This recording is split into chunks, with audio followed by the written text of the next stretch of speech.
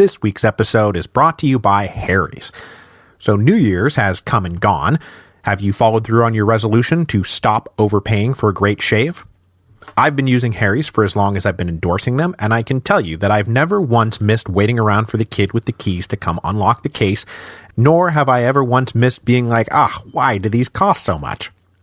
Focused on providing a great shaving experience for a fraction of the price of the competition, Harry's offers high-quality blades engineered in their very own German factory and shipped directly to your home.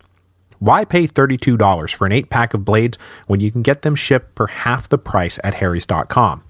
The Harry's starter set is an amazing deal. For just $15, you get a razor, moisturizing shave cream, and 3 blades. And Harry's doesn't like to discount because their prices are already very low, but we do have a special offer for you. Harry's will give you $5 off your first order with the promo code REVOLUTIONS. So stop overpaying for a great shave. Go to harrys.com right now. That is HARRYS.com and enter the code REVOLUTIONS.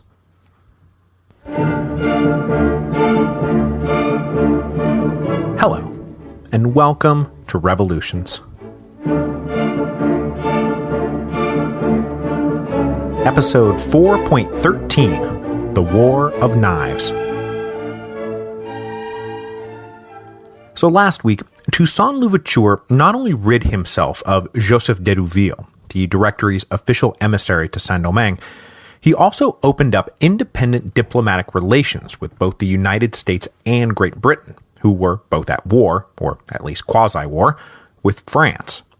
This was a bold step towards total political independence, but Toussaint was not prepared to go all the way just yet.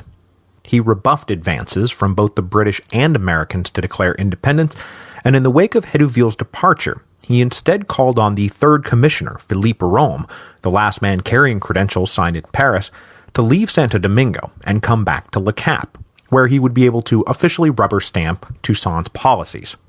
Rome reluctantly came back, and though he would half-heartedly push back against Toussaint, there was nothing he could really do.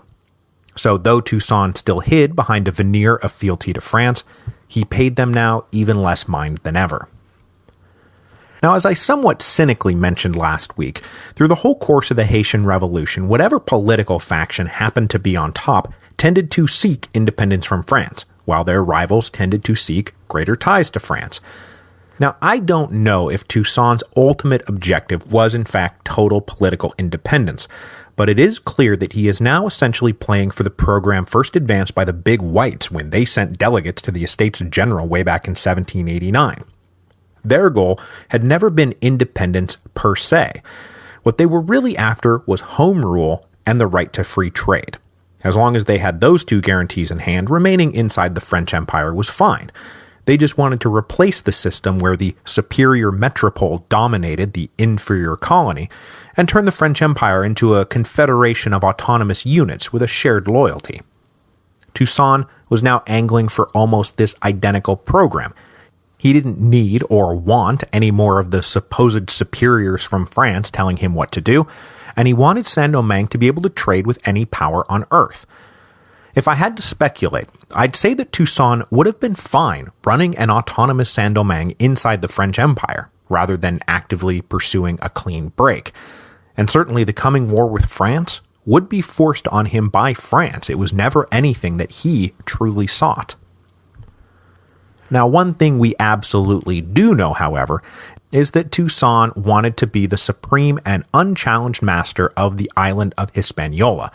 And yes, as we will see here today, he wanted the whole island, not just Saint-Domingue proper. And the only man on the island currently in a position to stand in his way was André Rigaud. And now that their mutual enemy had been removed from the island, that is, the British, the time had come for Toussaint to also remove Rigaud. So, of course, the flip side of the powerful political faction seeking independence was the weak political faction seeking closer ties to France, and that is now right back where Rigaud has found himself. He and his free-colored brethren had begun the Haitian Revolution as the staunchest defenders of French authority, as the Big Whites had used home rule as code for racial apartheid. When the whites had been expelled and politically neutralized, the coloreds then briefly became the dominant political faction, and it was they who brushed off French authority, most dramatically in 1796, with first the coup of General Villatte in Le Cap, and then the massacre of all those whites in Le Caille later in the summer. Well, now that Toussaint has leapfrogged Rigaud in terms of power and prestige, it's time for Rigaud and his colored allies to head back to the bosom of the metropole. And in the coming battle with Toussaint, Rigaud would paint himself as the true defender of the French Republic, who was battling against this usurper Toussaint. And in this, he would cling to the dispatch issued by Hérouville in October 1798 that liberated Rigaud from his subordination to Toussaint, and also clearly hinted that Hérouville would be advocating for Rigaud when he returned to France. So in the coming battle with Toussaint, André Rigaud would always keep one eye on the horizon, desperately hoping that reinforcements would arrive from France. But spoiler alert, these reinforcements are not coming. Now, as I mentioned at the very end of last week's show, right before the outro music didn't kick in, I'm sorry about that, it should be fixed now, the civil war that's about to begin between Rigaud and Toussaint, dubbed the War of Knives, is simplistically painted as a race war between the blacks and coloreds. And while this is kinda sorta true, it's not really true. I mean, we know that Rigaud was setting up a system of colored supremacy, but as open war approached, Rigaud was supported by black leaders in the West and North provinces who were disenchanted with Toussaint Louverture's rule. There were plenty of blacks who believed that Toussaint was effectively betraying them back into slavery. These are the guys who had just recently chanted "Long live Sontenax" in 1796, much to Toussaint's great annoyance. So Rigaud does have a pro-colored agenda, but his supporters are not only coloreds. And then more importantly, on Toussaint's side, we know that he was absolutely not pursuing black supremacy. He not only had all the whites in Saint-Domingue supporting him, but he also had a fair number of coloreds, practical men, landowners and merchants and military officers who believed that Toussaint's way forward really was the best way forward. Whatever racial solidarity they might have felt was subordinated to economic solidarity. Toussaint was fighting for all three races to live together and prosper together. This was not about exterminating the coloreds.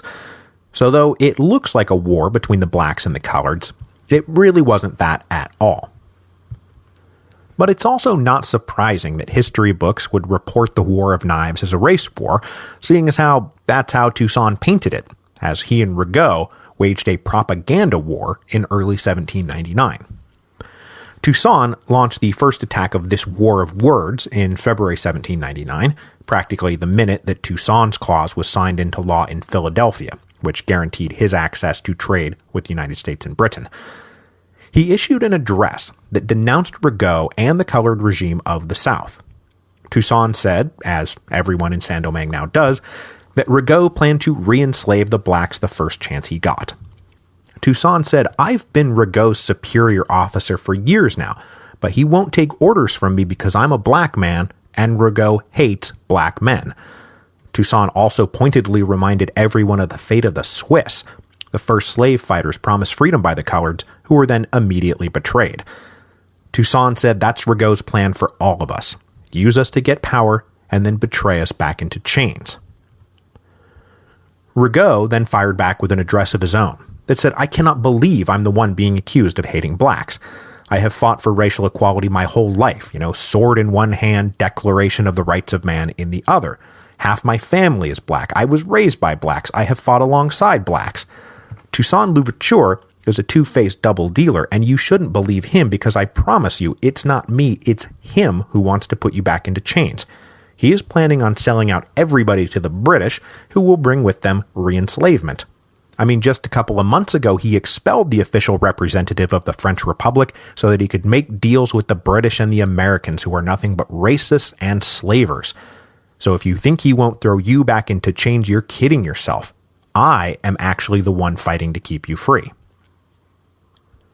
Now, the funny thing about all of this is that aside from Rigaud's very real favoritism of the coloreds, the rival regimes of Toussaint and Rigaud are practically the same. Neither questioned that plantation economics was the only way forward. Neither questioned that blacks must be the labor force. and despite their mutual accusations, neither planned on re-enslaving the black cultivators. Neither was particularly interested in democratic participation in government, nor being told what to do by France, even as they both positioned themselves as the two representatives of France. And as for cutting deals with the slave powers, Rigaud has been able to maintain his position thanks to a very brisk trade with American merchants. So what are we really looking at here? That's right, we are looking at two powerful and ambitious men running into each other. Everything else is just a lot of talk. But though they were both ambitious and powerful, there was very little hope for André Rigaud in the final analysis. Because on the eve of the War of Knives, the balance of power in Saint-Domingue was hardly a balance of power at all. Between Rigaud's Legion of the South and various independent forces who would come to back him, he commanded about 15,000 troops. That's pretty good. But meanwhile, Toussaint now commanded nearly 50,000 troops. Rigaud's men were better trained and better fighters and better organized, but the brutal math of the thing was overwhelming. Still, though, Rigaud was not content to just sit back and get pushed out of the colony, and so in June 1799, the War of Words ended and the War of Knives began, and Rigaud launched the opening attack of that war. This first attack was against a pair of port cities on the north side of the southern peninsula. These two ports were Petit Goave and Grand Goave. These two ports had been occupied by small garrisons loyal to Toussaint, as the British had pulled out in 1798. But in his final dispatch, Hédouville had told Rigaud that those two cities were actually a part of your territory and fall under your jurisdiction. And Rigaud used this to justify mustering a force of 4,000 men to go easily expel Toussaint's little nominal garrisons. This bold strike also earned him the open support from a great colored officer who currently held the important city of Jacmel, and who will go on to figure very prominently in the history of independent Haiti, Alexandre Pétion. Pétion was born in Port-au-Prince in 1770 to a big white father and a mulatto mother, so Pétion himself was classified as a quadroon under the now defunct racial categorization system. Like Julian Raymond and André Rigaud, and other sons of wealthy mixed-race families, Pétion was sent back to France to be educated in 1788, so just before the French Revolution broke out.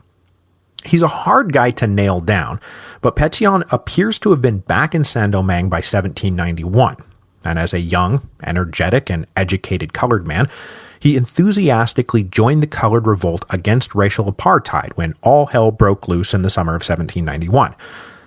He then spent the rest of the revolution under arms, and remained loyal to the French Republic when other coloreds started bolting for the British after the Emancipation Decree of 1793. But he was never a part of Rigaud's Legion of the South, and with Toussaint's elevation to commander-in-chief, Pétion's ultimate chain of command led up to Toussaint, not to Rigaud. So his defection to Rigaud in the summer of 1799 was kind of a blow to Toussaint's plan for a quick and decisive campaign. And just so you know, Alexandre Pétion is going to wind up the first president of the Republic of Haiti, so yes, he does play a prominent role in the future of independent Haiti.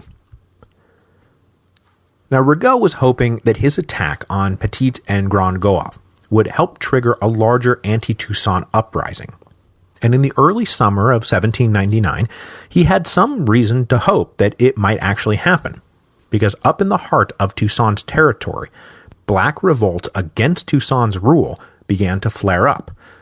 In the countryside surrounding Molay-Saint-Nicolas and Port-au-Paix, cultivators rose up in arms against Toussaint's regime, forcing Toussaint to hold off making an immediate move against Rigaud while he pacified his own territory. There was even a flash of insurrectionary anger on the North Plains themselves, just outside of Le Cap, practically where Toussaint had been born and raised. Now, Toussaint Louverture has always cultivated this image of himself as the generous father figure, always forgiving and forgetting he's Papa Toussaint. But he had no time or patience for these revolts, and so he sent his soldiers in to pretty ruthlessly crush the insurrectionaries, and instead of showing mercy, they showed no mercy at all. And the man Toussaint trusted with this is the man whose time has finally come, who, like Pétion, will play a huge role in the future of independent Haiti, Jean-Jacques Dessalines. Jean-Jacques Dessalines was born most likely in Guinea, in West Africa. His birth date is officially listed as September the 20th, 1758, but to be honest, I have a really hard time believing this was actually officially recorded somewhere. He was captured and sold into slavery as a young boy, likely along with his whole family, because we know, for example, that he had 2 brothers in Saint-Domingue with him. He spent his formative years working in the fields of the North Plains, but did eventually rise up the ranks to become a driver, which was somewhat unusual for an African-born slave, but having been brought into slavery at such a young age, I guess he could be trusted. Now, for most of his young life, Dessalines was known as Jean-Jacques Duclos, taking his name from his owner, just as Toussaint was originally known as Toussaint Breda, because that was his owner's name. But while the origin of Louverture is a bit confused thanks to many rounds of myth-making, Dessalines gets his final last name thanks to something far more mundane. Around 1788, he was sold to a new owner named Dessalines, and so his name changed. When the original slave revolt started brewing in the summer of 1791, Dessalines was right in the heart of it, but he was not one of the leading leaders. When the fighting began, he wound up attached to the army of Jean-François, but was not much more than the equivalent of a lieutenant in the slave armies. And though he may have been amongst those who would have been freed had the big whites accepted that deal at the end of 1791 to end their revolt, he was almost certainly not amongst the final 60 that Toussaint had negotiated down to at the last minute. Dessalines then stayed with Jean-François and was among those formally enrolled into the Spanish army in 1793. At some point, though, in here, he winds up serving under Toussaint Louverture, and when Toussaint took over control of the far west of the North Province, Dessalines went with him and then defected to the French along with Toussaint in the spring of 1794. Under Toussaint's patronage, Dessalines rose up the ranks quickly as Toussaint identified Dessalines as an officer who could be relied on to get the job done. In the subsequent battles against their old comrades, Jean-François and Bissou, Dessalines was given command of important missions, and he never let Toussaint down. But though Dessalines was for sure an officer Toussaint could count on in the field, there was an even more specific role for Dessalines to play. He was the bad cop, the heavy, the man who had no mercy in his heart whatsoever. And when you're trying to be enlightened and generous, while simultaneously being an authoritarian strongman, as Toussaint currently is trying to do, you need someone who isn't afraid to do your dirty work for you. And for Toussaint, that man was, among others, Jean-Jacques Dessalines.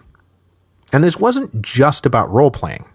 Though they were tightly linked, Toussaint and Dessalines had genuinely divergent worldviews. So Toussaint wanted reconciliation and coexistence with the whites and coloreds. He's not a black supremacist. Well, Dessalines is. He hated the whites and he hated the coloreds. Had Dessalines been in overall command during the War of the Knives, painting it as a race war would have been a no-brainer. But he is still just the enforcer, not the supreme leader. And one of the things that a guy like Dessalines allows a guy like Toussaint to do is avoid taking responsibility for brutal but necessary repression, as happened in the North Province in 1799. When the threat of the recent insurrections was eliminated, Toussaint could then come riding in and say, "Oh no, this isn't what I wanted at all. Oh, my friends, this is not what I wanted at all." He could curry favor with the black population by openly reprimanding his officers, while quietly saying thanks, good work, once the cultivators were back in the fields. But open revolt was not the only threat facing Toussaint during the summer of 1799, and he also escaped not one, but 2 assassination attempts, both of which he escaped only by sheer luck. During the first, a gunman opened fire and put a bullet through Toussaint's hat, and one through Toussaint's personal physician, who was killed on the spot. And then during the second, multiple gunmen strafed Toussaint's carriage and riddled it with bullets, but Toussaint just so happened to be riding his horse near the rear of this entourage and was not in the carriage when the assassin struck. Toussaint would pretty much spend the rest of his life not unjustifiably paranoid about assassins, and he took elaborate precautions to stymie their efforts. Now, as I just mentioned, The brutal math of the War of Knives spelled doom for André Rigaud, especially after whatever anti-Toussaint elements inside the black population were unable to get anything unified going against him. But even with his mass numerical advantage, the truly decisive factor in the War of Knives was the United States Navy. With the signing of Toussaint's Clause in February 1799, the United States clearly had an interest in continuing to do business with Toussaint Louverture, and the new American consul in Le Cap, a guy named Edward Stevens, was amongst the most vocal proponents of making sure that Toussaint Louverture stayed in power. In the summer of 1799, for example, Toussaint's army had actually been struggling to properly arm itself after the Quasi-War had shut down access to American munitions, while Stevens worked with his counterparts in British Jamaica to organize an emergency shipment of arms from the neighboring island to ensure Toussaint was not seriously threatened until bigger caches could be delivered from the mainland. Stevens also wrote home to his superiors in the Adams White House, arguing relentlessly that backing Toussaint was in America's best interests. But beyond keeping Toussaint supplied, actually supporting him in the war was quite a bit further than anyone in Congress who signed off on Toussaint's clause would have been willing to go. But André Rigaud then gave Edward Stevens and the Americans the pretext they were looking for to really enter the fray. Rigaud had a little fleet of pirates operating out of L'Caille, who started to prey on British and American merchants once it became clear that they were supporting Toussaint over Rigaud. With the elimination of piracy being one of the core aims of all the diplomacy between the Adams administration and Toussaint's regime, deploying the fledgling U.S. Navy against this new threat posed by Rigaud's pirates raised no objections. The Americans set up a naval station in Le Cap and then started patrolling the waters around Saint-Domingue regularly. And when Rigaud became identified as a pirate enabler, the U.S. Navy showed no hesitation about blockading ports under his control. So by the end of 1799, Toussaint was receiving regular shipments of supplies and arms from the United States, and their navy was attacking Rigaud. With this support, he then finally launched a full offensive. But before he did, he sent one of his staunchest white supporters, a colonel in the French army named Vasson, back to Paris to explain what he was doing to the Directory, and get them to confirm that Toussaint Louverture was in fact the commander-in-chief of the French army in Saint-Domingue, and that Rigaud not obeying orders was a justifiable cause for the hostilities that were about to commence. Unbeknownst to everyone in Saint-Domingue, however, by the end of 1799, the Directory was already dead. Without waiting for confirmation from Paris that what he was doing was actually legitimate, Toussaint's army marched south, led by Jean-Jacques Dessalines, and this army was too much for Rigaud's forces to handle.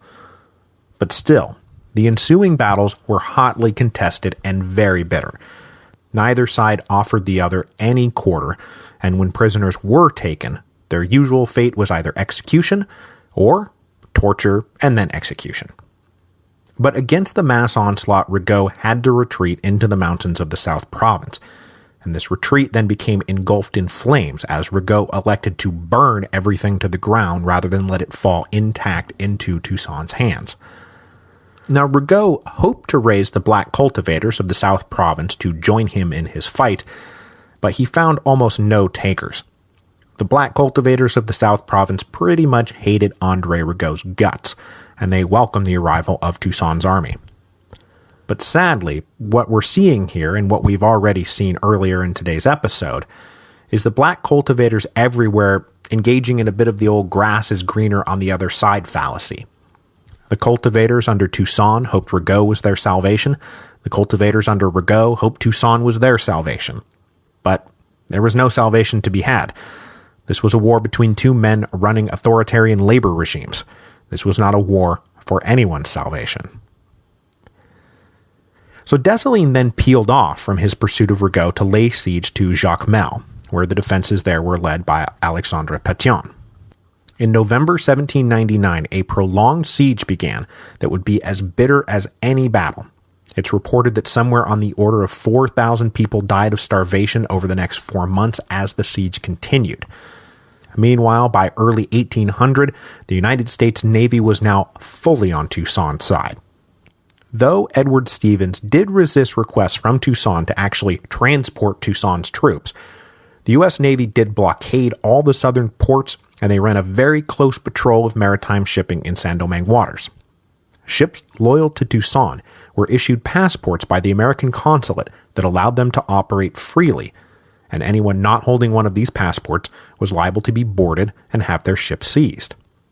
Now this made for the rather uncomfortable reality that in Saint-Domingue, which was still French, the leaders of Saint-Domingue could not operate in their own waters without express written permission from a country that had no legitimate claim to jurisdiction in Saint-Domingue waters whatsoever. But Toussaint did not raise any fuss about this, since it was all for his benefit.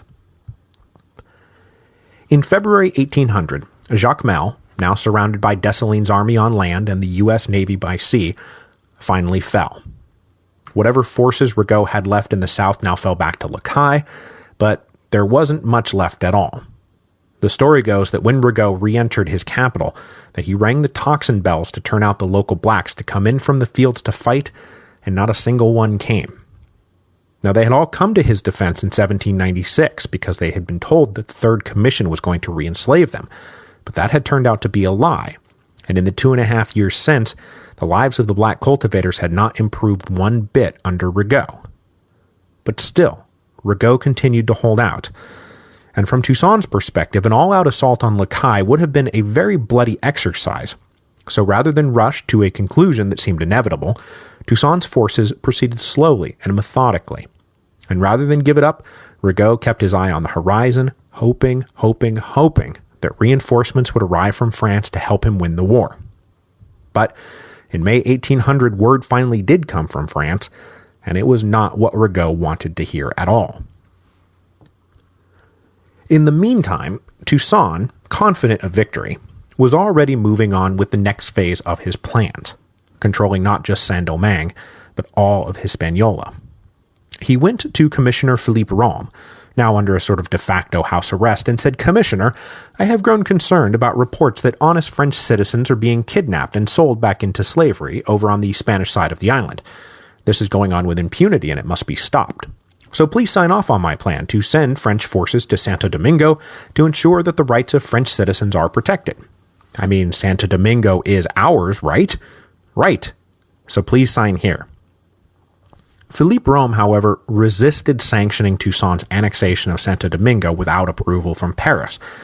So, to help Rome get over whatever hesitations he might be feeling, Toussaint had his adopted nephew Maurice go round the northern plains and raise angry cultivators to march to the very edge of Le Cap and demand that Rome take action to stop their brothers and sisters from being sold back into slavery by the sinister Spanish. And in the face of this mob, Rome capitulated and signed off on Toussaint's plan. Toussaint then put Rome under an even closer house arrest in the parish of Dondon, where he would no doubt think twice about thinking for himself again. But though he had official permission now to take Santo Domingo, the actual expedition east would wait until after the War of Knives. Now, the war was actually brought to a fairly peaceful conclusion when a commission, yes, another commission, arrived from France in May 1800 bearing official proclamations from the new government in Paris. A new government in Paris? Okay. Now, for whatever reason, this latest commission is never anywhere called like the Fourth Commission, so I'm not going to introduce new nomenclature that won't be present in any other history book. And besides, they didn't really have the same power or authority as previous commissions. They were more like emissaries of First Consul Bonaparte. When they arrived, it became clear that Toussaint's emissary, Colonel Vasson, had been very persuasive in arguing Toussaint's case to Bonaparte, seeing as how Vasson himself was one of the 3 commissioners now getting off the boat. The other 2 were a random general I won't bother you with, but the third guy is Julian Raymond. After skipping town with Hedouville in October 1798, Raymond spent less than a year in France before accepting Bonaparte's request to return to Saint-Domingue and represent the consulate, and I'm sure he was just thrilled to be delivering the news that Bonaparte had taken Vasson's advice and confirmed Toussaint Louverture as commander-in-chief of the French army in Saint-Domingue. This news deflated André Rigaud completely. There would be no French reinforcements to support him. There was really no one anywhere supporting him. And knowing that this was the end for Rigaud, Toussaint then did what Toussaint does best. He issued a general amnesty for anyone who laid down their arms and gave up the fight. He also did not force his defeated rival to bend his knee to him, and he quietly approved Rigaud's plan to leave the island and sail into exile. In June 1800, André Rigaud and his family boarded a ship and sailed for France. But this is not the end of André Rigaud. Once he got to France, he would join a small community of colored Creoles in exile. Alexandre Pétion would soon follow, and these guys would continue to lobby for their rights, and soon enough would be headed back to Saint-Domingue. But we'll get into all that next week. With Rigaud out of the way, Toussaint personally led his army into Le Caille, and unless I'm mistaken, I think this is the first time Toussaint has actually ever set foot in the capital city of the South Province. When he arrived, he publicly confirmed the general amnesty, but right on cue, his junior officers carried out a swift massacre of prisoners identified as possible sources of future trouble. Once again, Toussaint expressed horror at the bloodthirsty conduct of his officers, and he reprimanded Dessalines, saying, "I asked you to trim the tree, not tear it up by the roots." But we are talking about hundreds of dead here, not thousands, as later anti-Toussaint rhetoric would have it, and Dessalines himself appears to have personally intervened to save some men slated for execution. So Toussaint is triumphant. He is the master of Saint-Domingue. But of course, as history has shown us time and time again, final victory often just sets the conditions for the next conflict, and so it was in Saint-Domingue in 1800. So just as he defeated his last internal rival, Toussaint suddenly had to start worrying about external threats again. With Bonaparte now in power in France, the whole international arena was undergoing an upheaval, and Saint-Domingue had always been merely one piece in a much larger game of chess being played by the great powers. Both the Americans and French, for example, were sick of the quasi-war, which was hurting them both. Negotiations began in March 1800 to end the conflict, and though these negotiations dragged on over sticky issues like whether the Treaty of Friendship of 1778 was still in effect and whether France would pay reparations for the merchandise they had seized from American traders, the matter of Saint-Domingue helped keep the two sides at arm's length. The Americans wanted to guarantee that they would be able to keep trading with the island without interference, and the French negotiator said, "Yeah, we'll think about it, but we are not very happy with the way you've been issuing American passports so that French-flagged ships can sail peacefully in French waters. So, don't expect a ton of consideration on the Saint-Domingue front." But even as the American negotiators were pressing for trade concessions, the actual American merchants coming in and out of Saint-Domingue started reporting that this place isn't nearly as lucrative as it used to be. As we've talked about, the years of revolt and war and devastation had left Saint-Domingue a shell of its former self, and the War of Knives had not improved anything. Toussaint's attempt to revitalize the plantation system ran into a trifecta of problems, some of which we've already mentioned. First, there was his own need to keep as many young men under arms as possible. Second, the material devastation of the formerly industrialized sugar plantations was starting to look permanent. And third, the unwillingness of the cultivators to work themselves to death to maximize sugar and coffee exports. So both British and American merchants sailing regularly into Saint-Domingue harbor since the signing of Toussaint's Clause the year before were very disappointed by what they found. Saint-Domingue was not producing enough exports to make the trips worthwhile.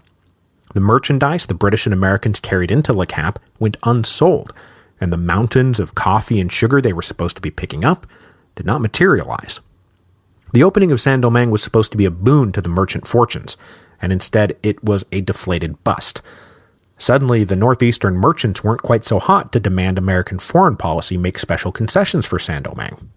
And with the war with France winding down, and Thomas Jefferson and his Democratic Republicans ready to storm the government in the election of 1800, the whole relationship between the United States and Saint-Domingue, which had been so critical to Toussaint's final victory, was about to be reappraised entirely.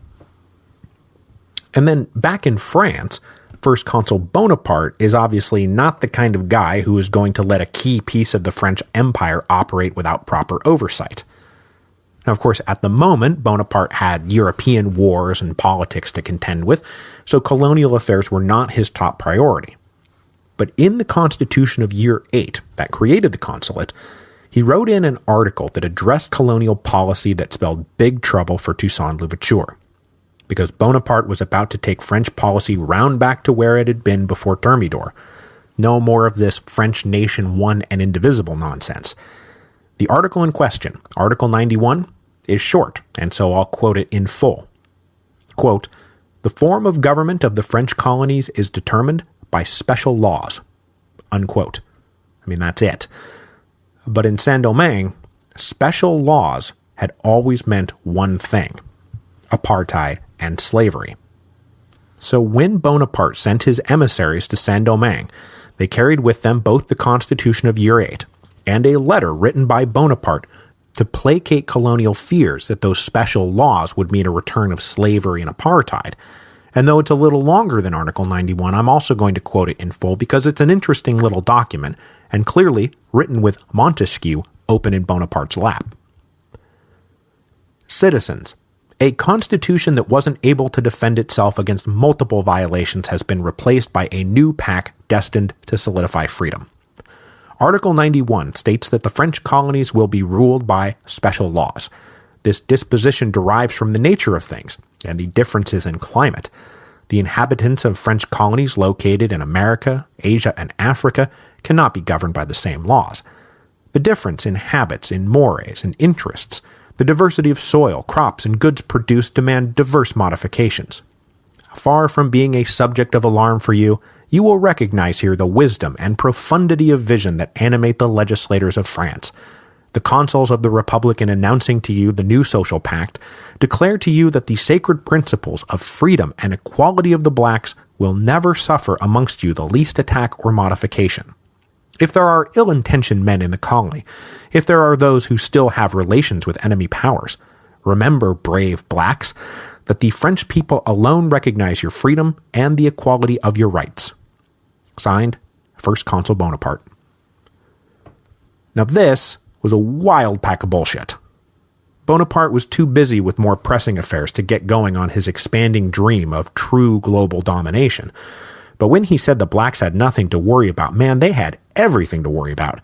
Because when Bonaparte finally got free of European war, he turned the full force of his attention to completely and thoroughly reimposing French authority in Saint-Domingue, reinstituting white supremacy, and re-enslaving the blacks. But before Bonaparte could draft the kind of special laws that would tend to do, well, all of this, Toussaint would beat him to the punch. And next week, without the permission or even consultation with the French government, Toussaint Louverture will draft the Constitution of 1801, which he will then unilaterally assert fulfills Article 91 of the Constitution of Year 8. You said we are to be governed by special laws? Well, great. I've got your special laws right here, and I dare you to do anything about them.